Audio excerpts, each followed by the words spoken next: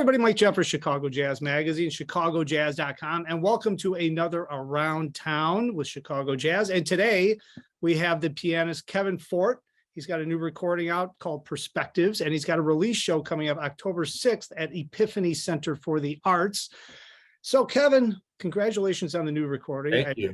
I really dig it. And how are you? And as we talked before we came online, I think so far in all the interviews I've done in this new reboot of my Around Town stuff, you have the best background, period. So you win, because I mean, nobody has shown up with a piano wide open in the back. So I mean, it looks very official. So well, I did, some teaching over the pandemic with Zoom, and I kind of figured out this was my best like professional looking background.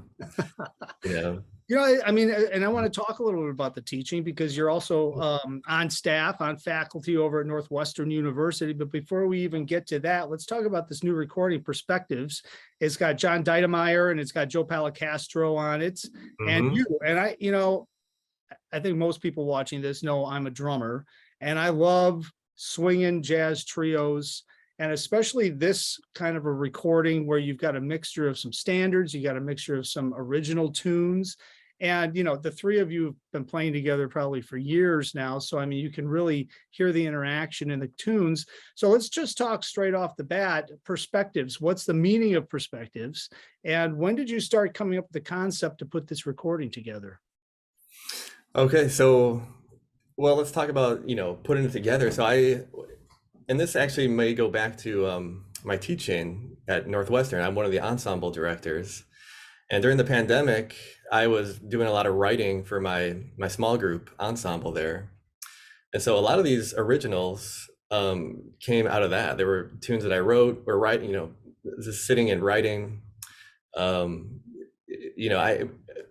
son would be, over here in the room next to me. He was, 5 years old at the time. He'd be on his computer doing Zoom classes at the school he goes to, first grade. And so I would be sitting just composing and writing stuff for my group at Northwestern. And, I ended up with all these tunes that turned out, I was like, hey, I should put a recording together. I hadn't done one since 2015, my last album, Red Gold. Yep. And I was like, well, I got material. I should put something together here. That's interesting. So you were actually writing stuff for the ensembles that you're teaching. Yeah. Because as I've been doing all these interviews for years now, but it's always interesting to me to talk to somebody, especially who plays and then also composes. And I just had Bobby Broom on yesterday, right? And we were talking about his new recording coming out, and he writes stuff or he'll put things together, but it takes time to manifest the whole idea. So it's got to be an organic process. And then when it finally happens, he doesn't try to rush it. It finally happens, it happens. Sounds like to me, you were organically doing something for one thing, and then all of a sudden it kind of sparked your interest and said, maybe I should put this out for myself. And I'm sure that probably helped you refine some of the compositions as well. Yeah, absolutely. And just having more time during the lockdown and whatnot to actually like think and write. I wasn't as busy gigging, so just had more time to do it.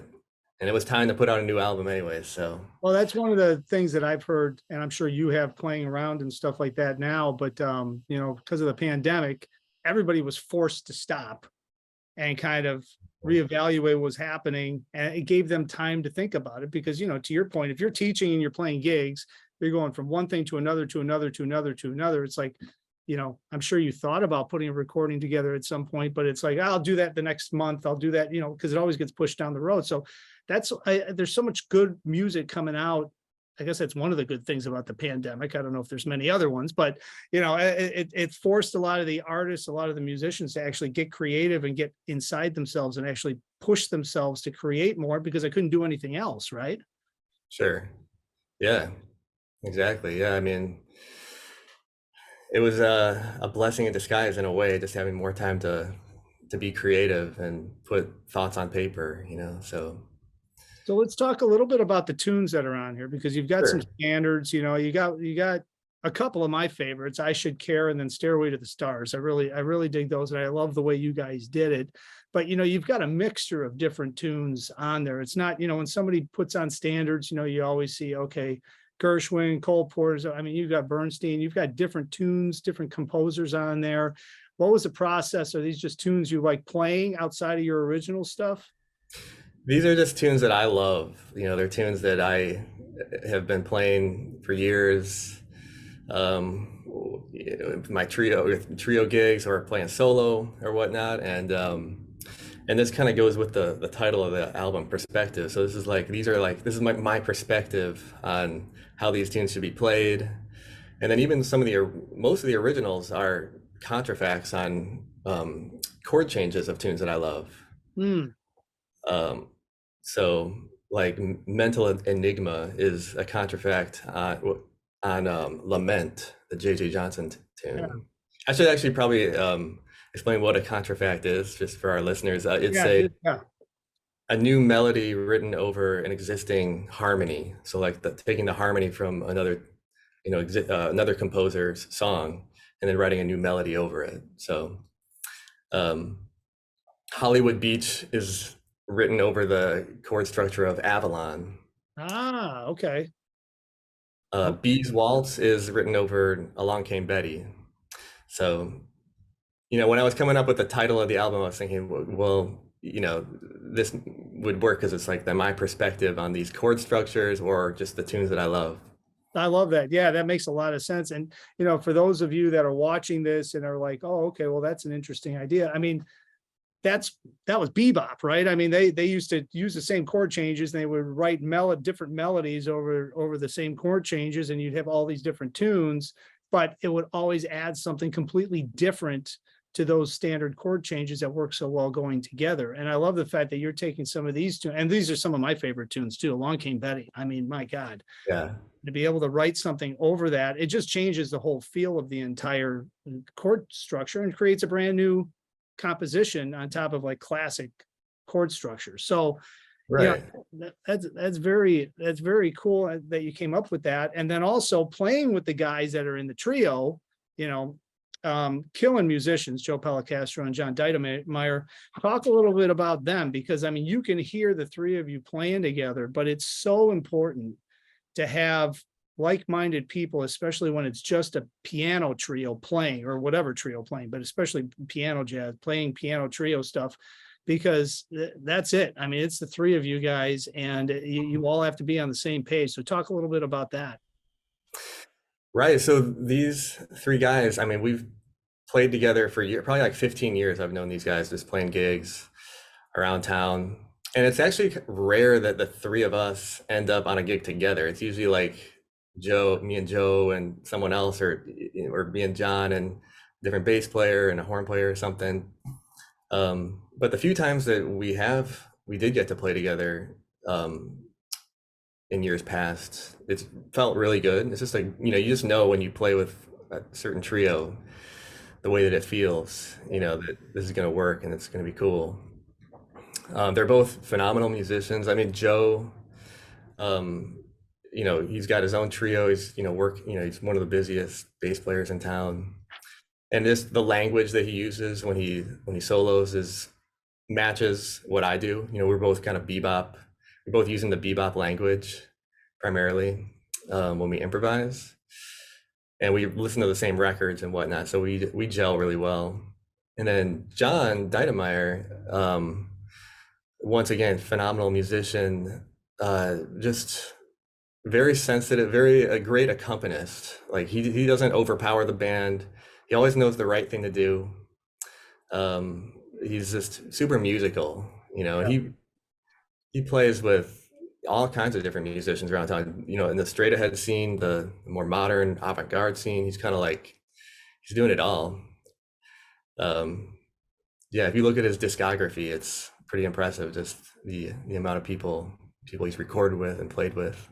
Oh yeah. Well, and both of those guys, including yourself, but I mean, that's the thing. I mean, you guys can cover all the different genres. I mean, if you're on a gig, you can cover whatever genre. And I think that that's one of the things when you get three people together in a group and you guys have such a wide range of gigs behind you and artists that you've played with in the past and that you've worked with in the past, you bring all of that together into one cohesive unit. So, I mean, it's really, you can hear the interaction, you can hear the play off of it.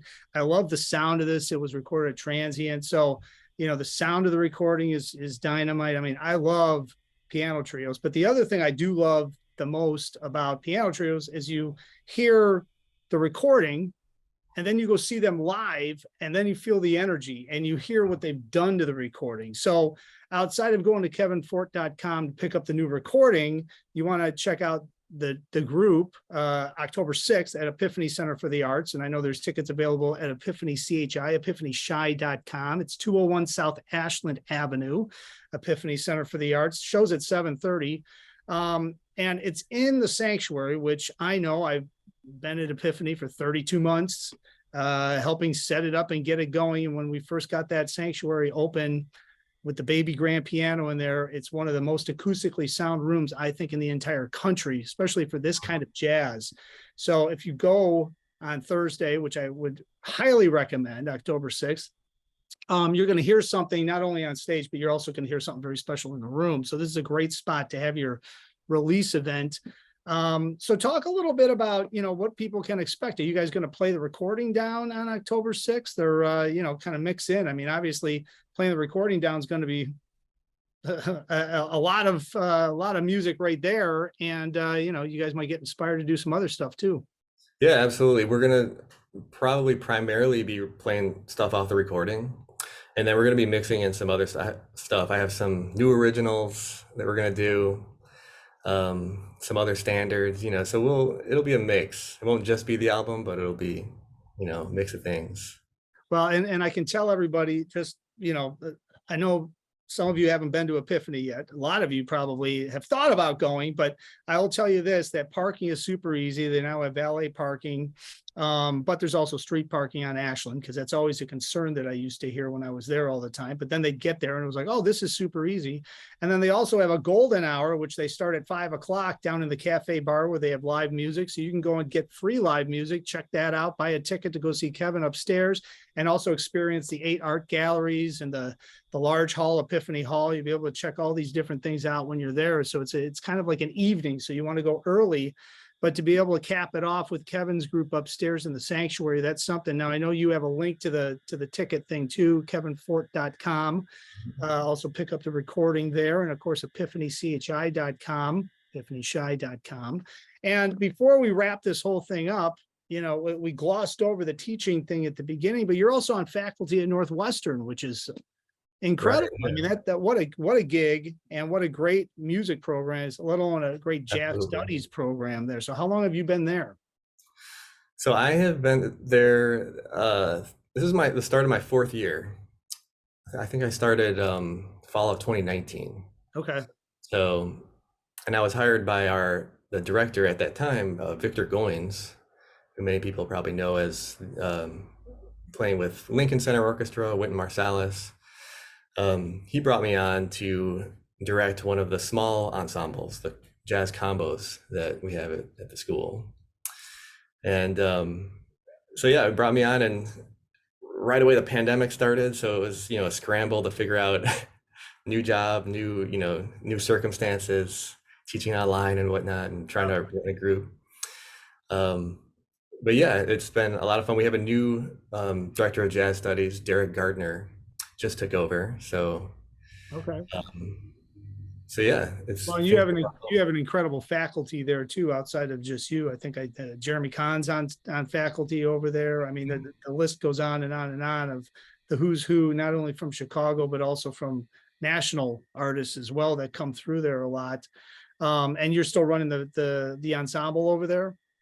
Yep, I'll be over there tonight, so I'll be heading over there in a little bit.